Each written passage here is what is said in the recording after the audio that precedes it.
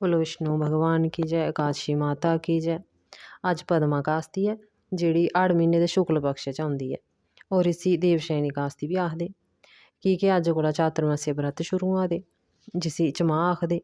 जेह्ड़े लोग 4 महीने दा व्रत करदे ओह् बड़े विधि विधान कन्नै विष्णु भगवान गी शयन करांदे, तां करियै इसी देवशयनी कास्ती भी आखदे। ते कृष्ण भगवान धर्मराज युधिष्ठिर गी इस कथा च सनांदे कि जेह्ड़ा कोई एह् कथा पढ़दा सुनदा जां सनांदा ऐ ओह्दे सारे पाप नष्ट होई जंदे। भगवान सनांदे कि एह् कथा इक बारी मुनि नारद जी ने ब्रह्मा जी कोला पुच्छी ही। उ'नें सनाया हा कि इक मनधाता नांऽ दा सूर्यवंशी राज ऋषि हा जेह्ड़ा अपनी प्रजा दा पालन अपने परिवार आह्ला लेखा करदा हा। ते ओह्दे राज्य च 3 साल बरखा निं होई, जेह्दी बजह कन्नै ओह्दे राज्य च काल पेई गेआ, सूखा पेई गेआ ते अन्न दी बड़ी कमी होई गेई।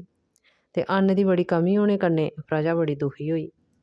ते इक दिन लोक राजा कोल चलिए ते आखन लगे महाराज किश उपाय सोचो, 3-4 साल होई गे बरखा होए दे ते लोक भुक्खे त्रेहाए मरा दे न। ते राजा बी सोच विचार करा दा हा कि राजे कोला कोई पाप होए दे होंदे जेह्दे कारण प्रजा गी दुख भोगने पौंदा। पर में बड़ा सोच विचार कीता फिर भी कोई मिगी अपने च दोष नहीं लब्भा दा।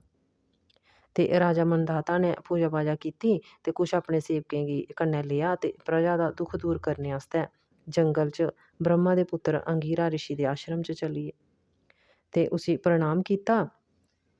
ते महर्षि ने बी ओह्दी बड़ी आओ भगत कीती ते उसी ओह्दे राजा दे औने दा कारण पुच्छेआ।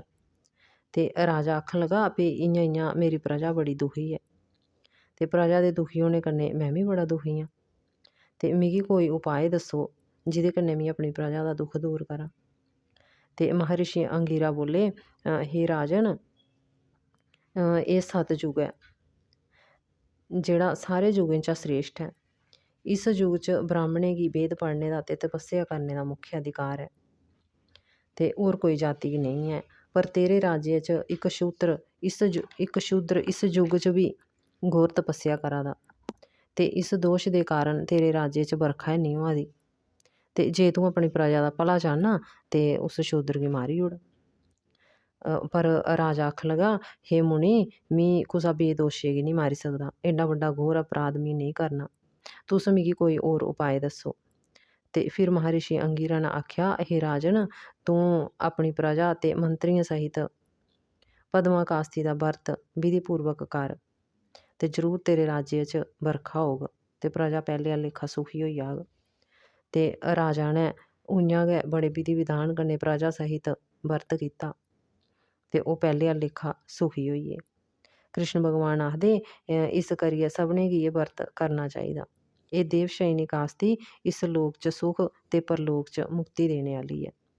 बोलो विष्णु भगवान। ते अग्गें इस कास्ती दी कथा कन्नै गै चातुर्मास्य व्रत दी कथा बी जुड़ी दी ऐ भई इ'नें 4 म्हीनें च विष्णु भगवान दी पूजा कि'यां करनी, कि'नें चीज़ें दा दान करने कन्नै केह् फल मिलदा ते कि'नें चीज़ें दा त्याग करने कन्नै केह् फल मिलदा। जियां पैह्ले म्हीने च साग नहीं खाना, दूए म्हीने च देहीं नहीं खाना, त्रिये म्हीने च दुद्ध नहीं पीना ते चौथे म्हीने दाल नहीं खानी। भगवान आखदे इ'नें 4 चीज़ें दा त्याग करने कन्नै बी निरोग शरीर मिलदा। बाकी कथा विस्तार कन्नै थुहानूं अगली वीडियो च सनाङ। बोलो कृष्ण भगवान की जय, कास्ती माता की जय।